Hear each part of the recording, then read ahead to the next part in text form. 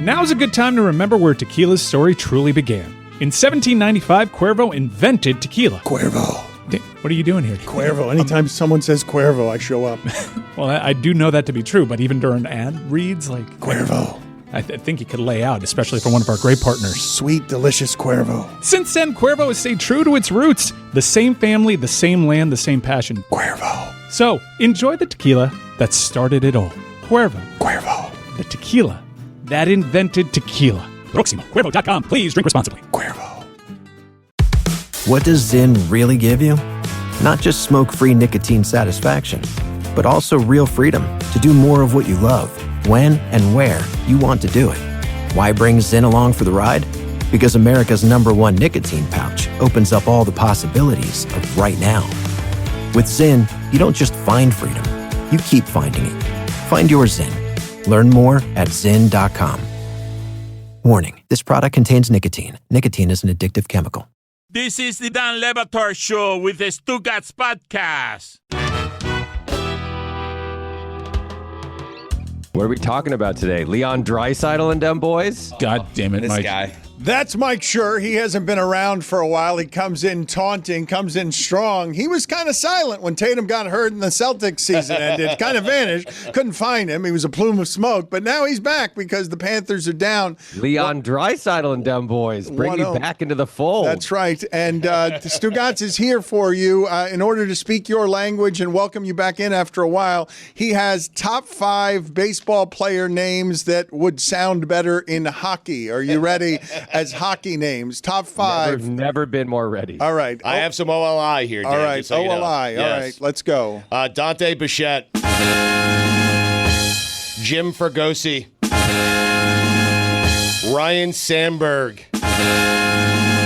That's more 80s Olympic hockey team. Number 5, Eric Gagne. Yeah, you're cheating. Number 4, Rance Mulliniks. Sing a trend. What a great name. Number 3, Ron LaFleur.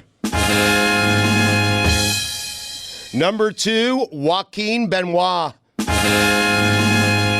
And number 1, Eric Bedard. He's just Canadian. That was good. That was good. That was a good list. That was a Rhino, good list, Rhino. guys. That was a good list, guys. I'm so proud of you, man. It's a good list. I mean, perfect. Absolutely dead solid perfect. There is only one thing that will make it slightly more perfect. Video room, please, as soon as you can, put in the picture-in-picture a photograph of Rance Mulliniks so that everyone can see what it is that baseball players Delightful. looked like in the 70s. And I want you to imagine about 6 home runs a season. You're giving them that much. I don't know.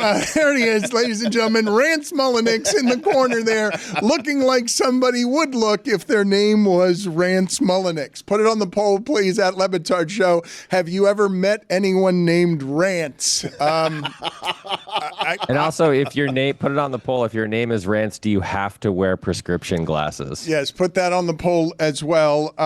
How do you feel in general, Mike, about what happened at the end of your Boston Celtics season? That is not, in terms of shocks, you were shocked, were you not? Yeah, of course. How do you think I feel? What kind of question is that? Yeah, the season ends at the hands of the Knicks, who the Celtics beat 4 times by like 20 points each game. And then in the midst of going down 3-1, the best player on the team and a top 5 player in the NBA tears his Achilles. The game ends, the season ends, next season ends, and the team gets broken up. Like, take a wild guess how I felt at the end of the Celtics season. What's wrong with you? What kind of question is that? I haven't been here in months, and I show up and you just toss out hey, here's a question I'm genuinely interested in. How did you feel about your favorite team imploding in the playoffs? What kind of question is that?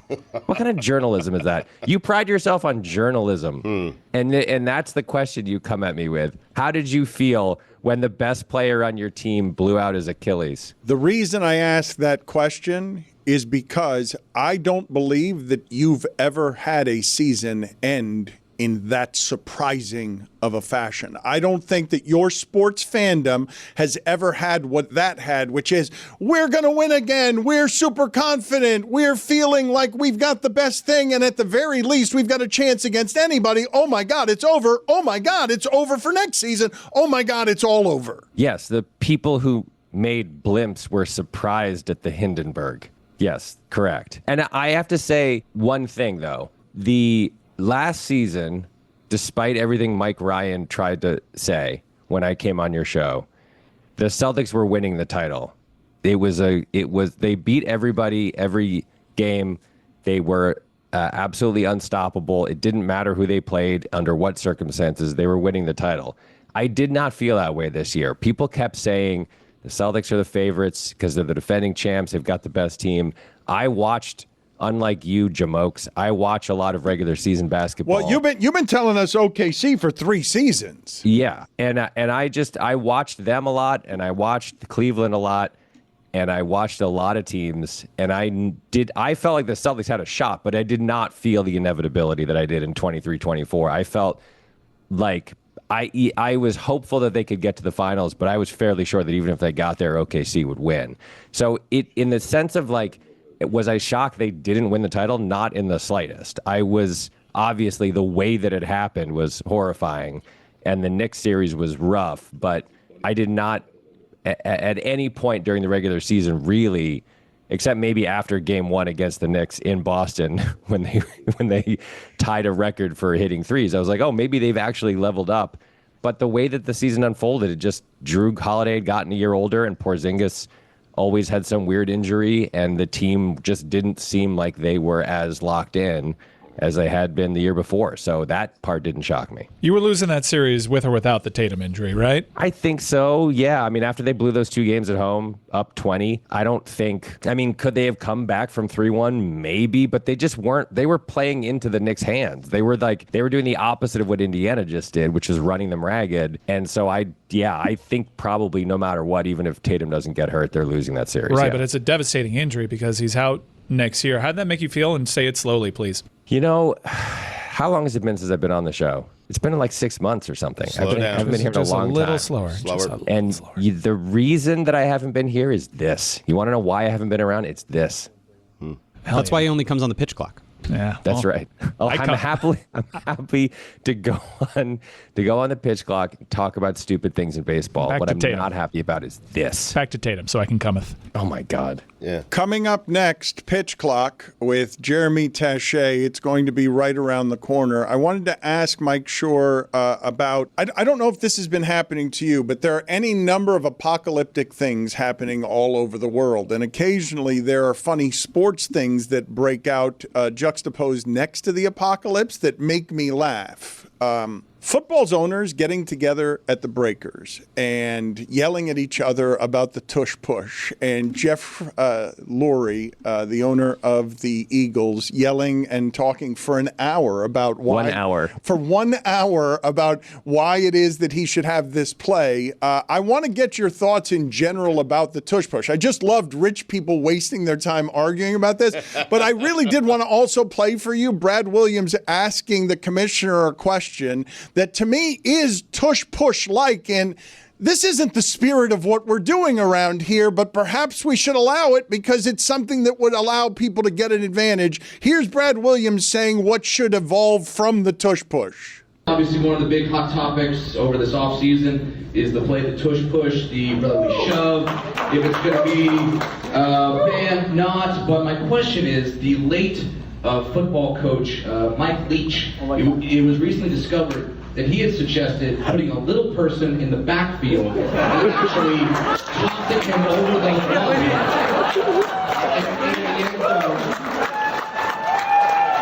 What is... Ray Lewis loves it. For short yardage situations. They agreed. What is keeping the next Ben Johnson from having a little person that you can throw 10 yards at a time and an unstoppable offense? I guess nothing. I mean, I don't know if that was part of the hour-long rant that Lurie gave, but maybe he was advocating for it. Maybe this is how the game should go. Maybe this is the next evolution. But I'm football. Serious when we talk about spirit of the thing. Isn't it? It's not a bridge too far. It's the same sort of silliness, right? We're not. I understand that the tush push is still ostensibly football, but it's not football anybody wants to watch. No, I agree with you. I think it's kind of dumb. I really don't. I don't like the tush push. I think it's rugby, and I don't think that I signed up for rugby. So. I'm all for it. And I'm not taking the bait on the other thing you're doing, by the way. Yeah, I don't think he likes it. How do you feel? Do you have any opinions on Belichick and everything going? Have you lost respect for Belichick? I don't know, man. I mean, some part of me is like, let the guy live his life. Who cares? And some part of me is like, the thing that Pablo's been saying, which is something I agree with, is like the part of it that's a story is the way that he ruled his little fiat for decades, which was like no distractions, do your job. Guys get benched for incredibly minor infractions, and then he's his own biggest distraction, and that part of it just I don't understand it. And except to say like, yeah, rich guys in their 70s lose their mind. Like I don't think it's that confusing when you think of it as just a rich dude in his 70s who met a attractive 20-year-old who like showed interest in him. Everything after that kind of, I don't know, it lines up, falls into place. But I do think it's a story. I don't think it's not a story. I think it's like that guy who ran his world that way now being this guy. I mean, it's ridiculous. And and anyone who tries to say it's not a story is wrong, in my opinion. Oh, but it's not. You're sitting here taking the parts of the story that allow us to rationalize why it's okay to creep around in his bedroom and stuff. But the reason people are interested in this is the age difference. Like that's that, and I can make the subsequent argument and the power dynamics. But I'd say sports fans who know about Belichick's history and the Patriot way are doing what you're doing. But this story's crossed over, and it has nothing to do with anybody who cares anything about how Bill Belichick got to the winning. And it has everything to do with why is there a 50-year age difference here? And are we talking about something in the realm of Anna Nicole Smith? Like that's what's happening with the curiosity, and then it's covered poorly by just about everybody but Pablo. Yeah, although I would say that to some extent, the least interesting part of it to me is the age difference, because it's like, yeah, rich guys in their 70s date women in their 20s if they can.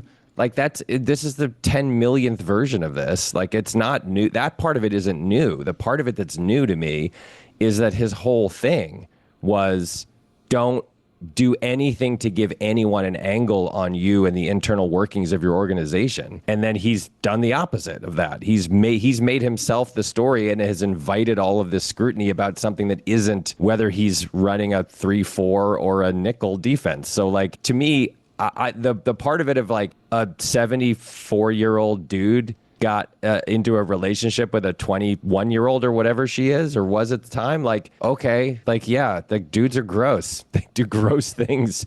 If they're given the opportunity, they're gross. Like that part of it is, to me, is boring. The part of it that's interesting is the sports angle to me. Put it on the poll. Are dudes gross? Yes. At Levitard Show. And also, give me the stat of the day music, please. Start of the day, start of the day. It is the start of the day. Start of the day, start of the day. It is the start of the day. Start of the day, start of the day. It is the start of the day. Start of the day, start of the day. It is the start of the day.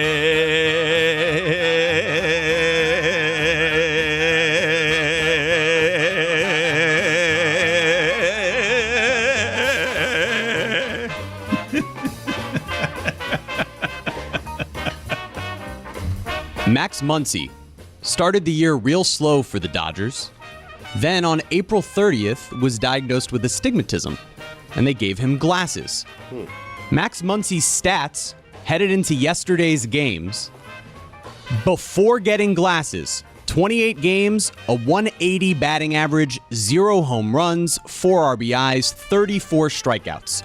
Post getting glasses, 29 games, .275 batting average, 8 home runs, 30 RBI, and only 18 strikeouts. Vision. Important. Yeah, hitting the baseball requires eyesight. Remember to see it, yeah. Remember when Brian Roberts, like years and years ago, had like red contact lenses because it helped him see the grip of the ball better, and we all thought, oh my gosh, like everyone's going to be running around with red eyes in baseball, and then just no one did that. They were banned. They were banned in the NFL. If you remember, Kyle Vanden Bosch and Mario Williams also had those contacts, and they were banned in the NFL. They did provide an unfair advantage. Mike Timlin used to wear them. You've talked to baseball pitchers, though. You can as we don't really understand. The people listening to this, us, if any of us were in a batter's box and somebody threw a pitch 100 miles an hour that was a strike, we'd all be scared of it. And baseball players will tell you it's a dot. It's not a baseball. You're trying to hit a dot because of how fast all of that is moving. The idea that somebody is trying to hit a ball at 100 miles an hour, what do you imagine that looks like? I mean, I'd be flinching. There's no way you don't flinch. For me, the average person, I'm not saying that a major league player would do it. I think it looks like something you don't see. That's what it looks like. I don't think you see it. I don't think the human eye registers a ball at that speed at the size of a baseball. Do you think I have this wrong? No, I think you have it right. I mean, the funny thing about Muncy is that astigmatism specifically, I have astigmatism, a lot of people do.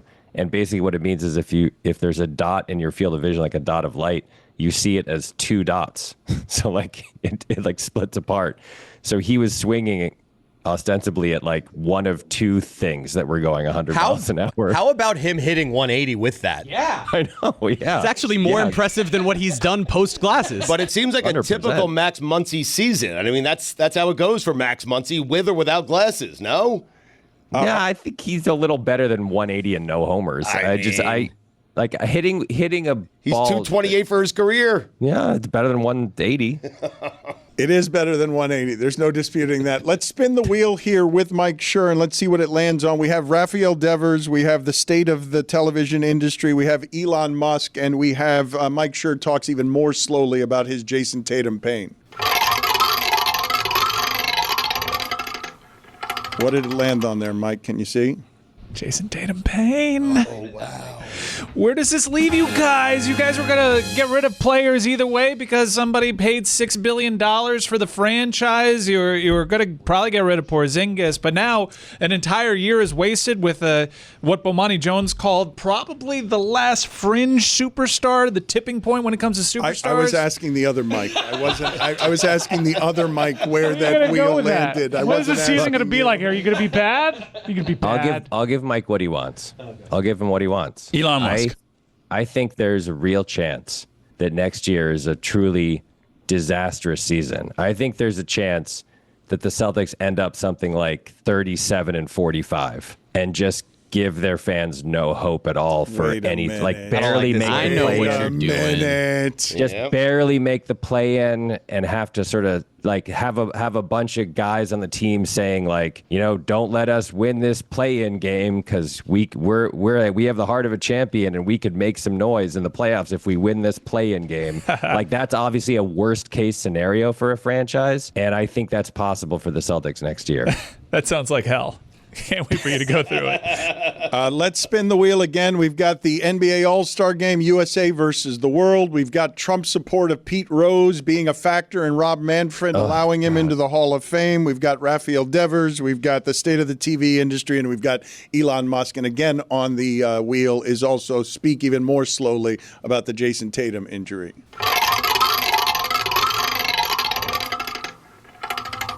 Where did it land there, Mike? Speak even more slowly about the I wasn't talking to you. I wasn't talking. You can see why he's confused. I'm though. asking. The other Mike has an astigmatism. I'm He can't see. asking the other Mike. Yeah, I'm seeing two wheels. I thought you were going to say I'm seeing two assholes. Yeah, look, again, nightmare. Absolute nightmare scenario to be trapped in that limbo where you can't attract any free agents. You're just, chasing these guys, Durant and Giannis, every year and not getting them. You're drafting like 16th and you have to hope that some random guy that you Rafael Devers on the list here. Elon Musk. And then talking fast about Jason Tatum. Yeah, you're not respecting the wheel. You're not respecting what it is that we're doing here. You continue to make fun of the Miami Heat. That's not what I we're doing. can't see the wheel. I'm relying on Mike Ryan to tell me where it landed. Mike? Astigmatism. Elon Musk. I mean, what is there to say about that guy? It's like one of the worst living human beings. Well, like, I mean, there was a pivot about 24 hours ago. Well, there we go. That's the opinion we're trying to draw out of you, Mike Schur. Come on. This is a fake out. It's BS. They're not actually at each other's throats. They're not turning on one another. Talk to me. I'm sure that somewhere in that bill was something that he wanted and didn't get, or something that he didn't want and they put it anyway. It's not a pivot when you're when you are at least displaying the qualities of an addict. You don't pivot. You ricochet around. Like you have one thought one day and another thought the next day. Like, he's not pivoting. He's a lunatic. And by the way, I'm sure you've talked about this recently. There's one person in America who got this guy right, and he's sitting in your studio right now. And I think, once again, huge upset. Years before any of us saw this, Stu had him absolutely nailed. And I don't think it could be said enough how on the money Stu was in 2013 about this guy. Like an absolute, one of the great calls of all time by Stu Gatz. Yep, good hockey name, was too. right.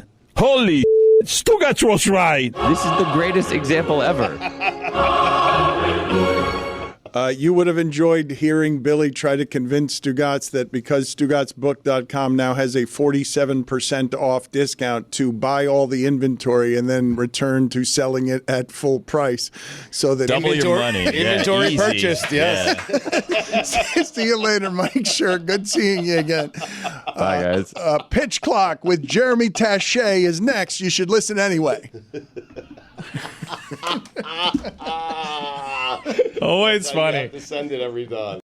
Howdy, folks. It's Mike Ryan. Now, if you've been listening to the show a lot lately, you've heard so much playoff talk. Playoff hoops. Down here in South Florida, we're especially enamored with playoff hockey. It's not just limited to the playoffs. Motorsports, tennis, golf. It's truly one of the best times in the sporting calendar. And with the weather outside warming up, it's just perfect to hop in a pool, maybe grill up some food, but most certainly crack open some Miller Lights. I just described a pretty perfect day, didn't I? And it culminates with Miller time. There's something about a perfect grilling day. The sun's out, friends show up, and that first sip of Miller Lite just hits different. I've been stocking up the cooler with it for years. This year, Miller Lite turns 50. That is 5 decades of cookouts, laughs, and ice-cold moments that never miss. And if you've listened to the show for its 20-year existence, you know this to be true. Miller Lite. Great taste, 96 calories. Go to MillerLite.com/Dan to find delivery options near you. Or you can pick up some Miller Lite pretty much anywhere they sell beer. Cheers to 50 years of Miller time. Celebrate responsibly. Miller Brewing Company, Milwaukee, Wisconsin, 96 calories and 3.2 carbs per 12 ounces. What does Zyn really give you? Not just smoke-free nicotine satisfaction, but also real freedom to do more of what you love, when and where you want to do it. Why bring Zyn along for the ride? Because America's #1 nicotine pouch opens up all the possibilities of right now. With Zyn, you don't just find freedom, you keep finding it. Find your Zyn. Learn more at Zyn.com. Warning, this product contains nicotine. Nicotine is an addictive chemical. Folks, listen up. It's an interesting time for business. Tariff, trade policies, changing by the hour, supply chains, squeezed tighter than Stugatz in a pair of skinny jeans, and cash flow, forget about it. Tighter than a Levitard show segment. If your business can't adapt in real time, you're in a world of hurt. Enter NetSuite by Oracle, your AI-powered business management suite. It's trusted by over 41,000 businesses. NetSuite gives you total visibility from global shipments and tariff impacts to real-time cash flow. It's the #1 cloud ERP for a reason. It pulls accounting, inventory, HR, and financials into one single suite. One source of truth, one dashboard. Real-time forecasting so you can see what's ahead. With AI baked in, you can automate the busy work and let your people focus on strategy. You'll know what's stuck, what it's costing you, and how to pivot fast.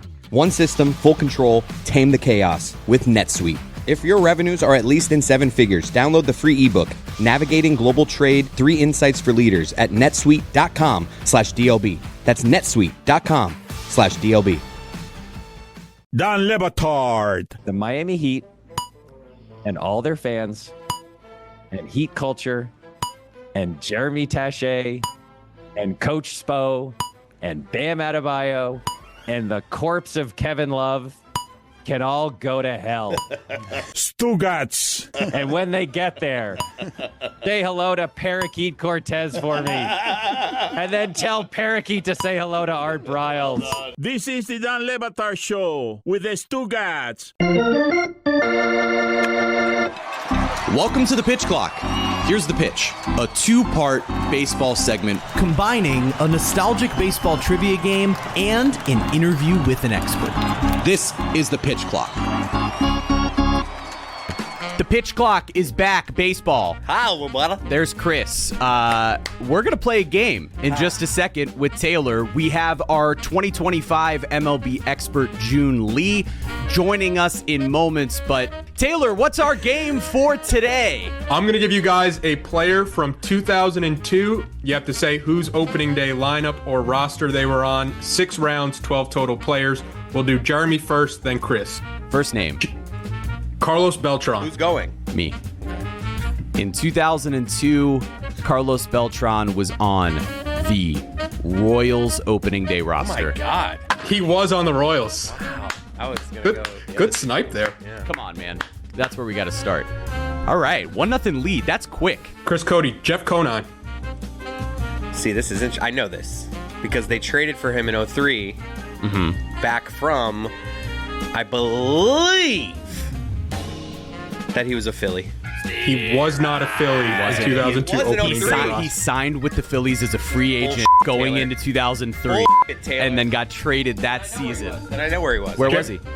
Jeremy, you have a chance to steal. Can I steal back if he gets it wrong? Can I steal back if he gets it wrong? No. I don't think that's how it was. He a Baltimore Oriole that year? That's what it was. Of course that's what it was. Chris, you got Orioles again. He was an Oriole. Got Orioles again! I mean, unfortunately, the double stuff Oriole last week did not lead to a victory, so I'm not going to get too cocky. But it is 2-0 after 1 round. Jeremy, David Justice. There's 2 teams that came to mind immediately with David Justice. And in 2002, I can't decide if he was still with the... Talk it out. Where was he? Where I am. Well, I don't... I'm going to go ahead and guess that he was a... Oh, he said an A. He said an A, so that's his final answer. An Atlanta Brave. Okay. He was not an Atlanta Brave. All right, then I know what it was. Just to avoid some terrible embarrassment here, I'm going to just say the Oakland A's. Chris Cody, you almost gave him the right answer. Yes. Wow! It wasn't Oakland A's. Really? What a giant mistake. You looked at me like, I did. Should I say the A's? Now I'm panicked. Because now you have an opportunity to tie, and I got cocky immediately in the first round. And now it's time for Joon Lee to join us here on this episode of The Pitch Clock as our 2025 MLB expert. Joon, we're going to dive into some of what you're doing right now in your work in just a couple of minutes, but I want to start here on the Major League Baseball topic, and we're going to start with a team that is at the top of most people's power rankings right now, maybe the best team in the National League. It's the Philadelphia Phillies, who... at the time of this recording, since April 26th, are 21-6. But, Joon, when we look at the Philadelphia Phillies, at this point, with the way they're playing, with what their roster looks like, should we be considering them the cream of the crop in the National League and the real team to beat, potentially over the Dodgers?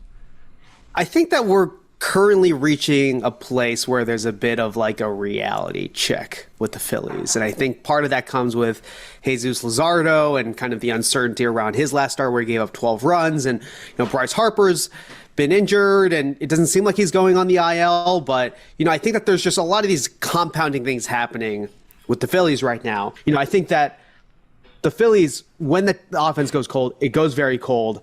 And the bullpen just isn't as good as it has been the last few years. And, they lost Jose Alvarado, and he's been a crucial part of their bullpen over the course of the last few seasons. And so, this team is really talented. Do I expect Kyle Schwarber to be as hot as he's been to start the season for the rest of the year? Probably not. But I think one of the interesting wild cards with this team is, the rehab of their top prospect, Andrew Painter, and how he potentially factors in for the second half of the season. If you're able to get 80% of what you think Andrew Painter can be out of the gate, and also just Aaron Nola, not being terrible. Right. That can really, I think, kind of change the prognosis for this team. But, I think this is definitely a playoff team. Is it a team that I'm picking over the Dodgers? Probably not. Actually, definitely not. You mentioned Andrew Painter as a guy that the Phillies have been waiting on. And this week is the call-up of a guy that we've all not necessarily been waiting on, because this is a pretty early call-up. But Jack Caglione, the former Florida Gator, who is now called up to the Kansas City Royals, one of the great power-hitting prospects that we've seen in Major League Baseball in a long time. So, June, what does it mean that the Royals are calling him up now? What does it say about the player and your expectations of him? And given the fact that they might lose a year of arbitration with him, what does it say about what they think of what he will ultimately be? I mean, I think it speaks just as much to kind of the place that the Royals are in as a franchise, where they're trying to figure out their identity for the next generation. Obviously, they have to face their franchise with Bobby Witt Jr. That's right. But I think I'm a little bit of a Caglione skeptic in terms of the hype behind him, because part of why he was so interesting coming out of Florida was the fact that he was a two-way prospect. Now, obviously, that was coming at the height of Shohei Ohtani, I think blowing everyone's minds, doing what he's done, for as long as he's done. That's right. You look at a guy like Pete Alonso, who is a prodigious power hitter for this generation, a guy who hits, moonshots and has a higher exit velocity than most guys. What I really look to see when a guy comes up is a guy can get hot for the first month of a season, and that especially happens a lot with prospects. But when the league adjusts back to them and they start picking out the holes in their swing and the holes in their approach, are they able to adjust back? And at that point, I think it's easier for me to be like, oh, that guy's going to be very good. I just always am a little bit skeptical of a lot of hype going behind a guy who obviously has a lot of power, but could be a little bit more limited in terms of his value ceiling. What's Chris's name here, Taylor? Yeah. Robin Ventura. Well, there are not a ton of teams that jump out to me for Robin Ventura. Two of them are pretty. Why are you looking all weird? Because I don't want to give you anything as you talk through this. Yeah. I'm just gonna go with the first team that popped in my head. I'm not gonna prolong this here. I'll go Mets. He was not a Met in 2002 opening day roster. I should have known that. See, he does this thing. Yeah, it's like the team you associate him with, it's not going to be that guy. Yeah, it's never going to be that. What and the Mets was where throw this at the Mets were. Did it hit? Yeah, I missed the camera. Nice reaction time. I'm going to go ahead and make my. Was he a Royal? He was not a Royal. White Sox. Chris, right city, wrong team. He was a Yankee. Oh, wow. In 2002, Robin Ventura was a Yankee. Yeah. Huh. Can you grab that pen I threw? Not yet. All right, let's pick this back up. Round 3. That kind of. Craig Counsell. Huh. There's one. It's one of two teams. Good. So you say one of them, and if it's wrong, I'll guess the other. Yeah. I'm going to go ahead and just say that at the start of that year, he was an Arizona Diamondback. Thank you. He was a Diamondback. Oh, thank God. Okay. I knew the other team. I was nervous. The other team would have been the Brewers. Yeah, right. 3-1 game here, and Chris Cody's up. Chris Carpenter, a fellow Chris. I mean, I can't think of other teams this guy played for. Yeah, it's one team. I genuinely. But it's not. He I know do it's that. not. I know it's not, and I know that there's a team that he was on. Taylor, don't make that face, because that implies that you would do it. So now I'm going to say the team that I'm thinking, and then it's going to be wrong, and that's a jerk move. You're not supposed to make any faces, Taylor.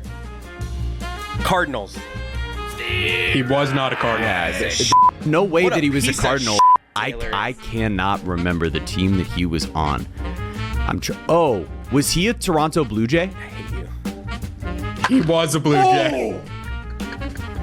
So it's 4-1. I'm down. 4-1, headed into round 4. My next name here. Can I still win? Yeah. Yes. Yeah. There's plenty of opportunity. Okay.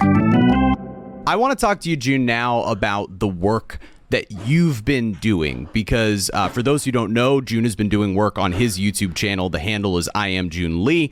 And if you just look up Joon Lee on YouTube, you will find all of his work. But one of the recent projects that you had was with Adam Ottavino. So, Joon, I want to dive into this with you. You squared off against a big leaguer. Tell me about this experience, and what were your biggest takeaways from the time that you spent with Adam in the work that you're doing here on your YouTube channel?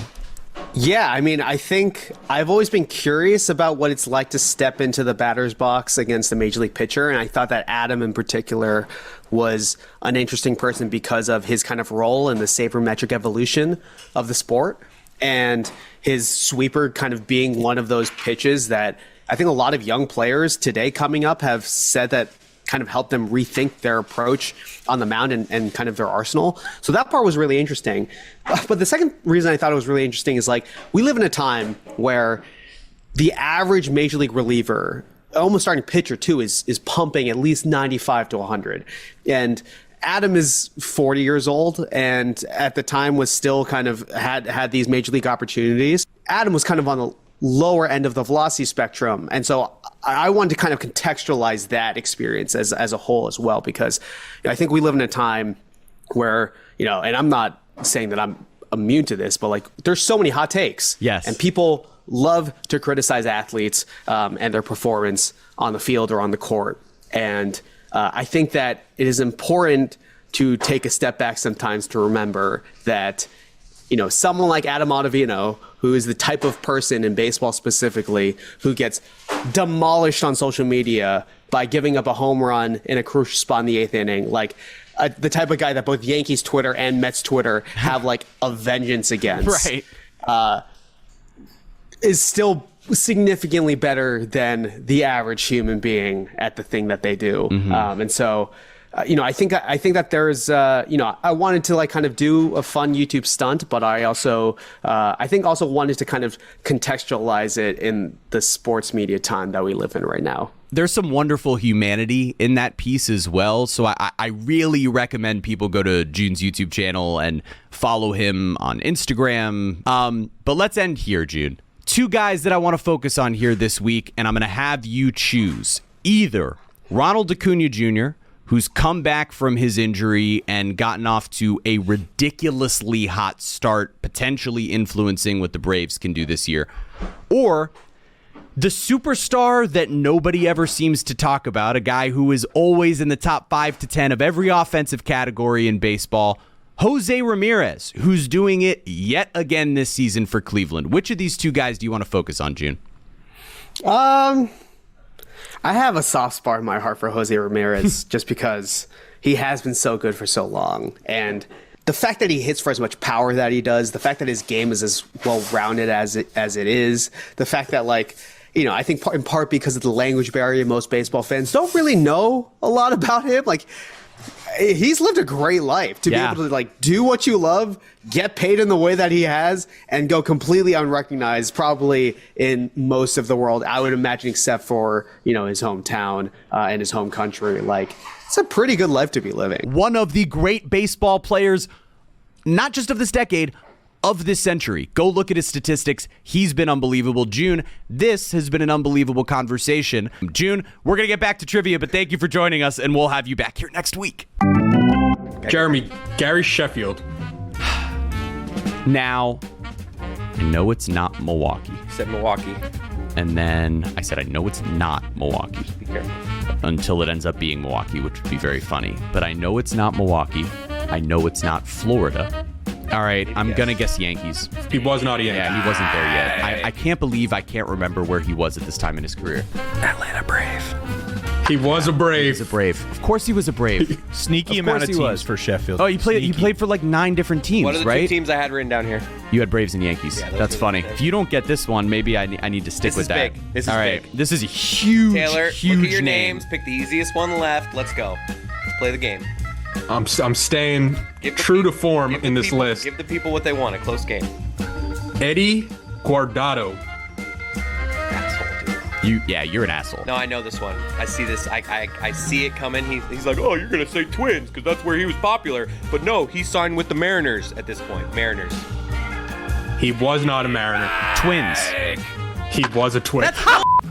Taylor, you can't. That is such bull, Taylor. Dude, I swear to you, now you I decided didn't the have seventh Chris. name down. I didn't have a shot in hell of getting the Twins, but then you said both of them. Isn't I it couldn't obvious? remember. I couldn't remember my team, God. a team that he played for, and now it's a 5-2 Taylor, lead. that is such a dick move. Taylor, dude. thank you. Jeremy, Armando Benitez. Armando Benitez was on the Mets. Armando Benitez was on the Mets. Ooh, did I just clinch a victory? 6-2. Somebody has a 3 4-point names left. lead with three Yeah. with three Add a names four. left. Add a fourth name. Let's go. Let's make this interesting. All right, here we go. Chuck Finley. Chuck Finley. I've only got one name in mind. Yeah, so do I. Maybe there's maybe there's a second one, but I've got one name in mind. Chuck Finley. Angels. He was not an Angel. Piece of I would have guessed the same thing. Phillies? Cleveland. Cleveland. Okay. And what are our last couple names just for the fun of it? Placido Polanco, Jeremy. Tigers. Phillies. Red Cardinals. Oh. I don't remember that. And the last name? Fun. Kenny Lofton. I think I know this one. I think it's I'll go Braves. Chicago. Which one? Cubs. White Sox. Damn! Wow. That's not who I have. All right, well, Good to know, Ethan. either way, victory for me! Woohoo!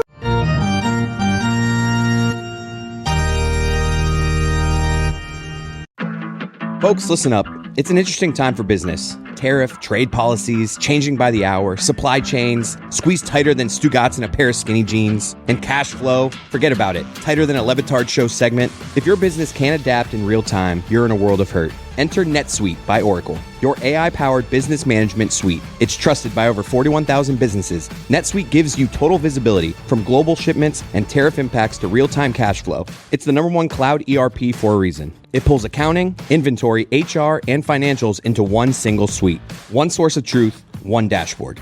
Real-time forecasting so you can see what's ahead. With AI baked in, you can automate the busy work and let your people focus on strategy.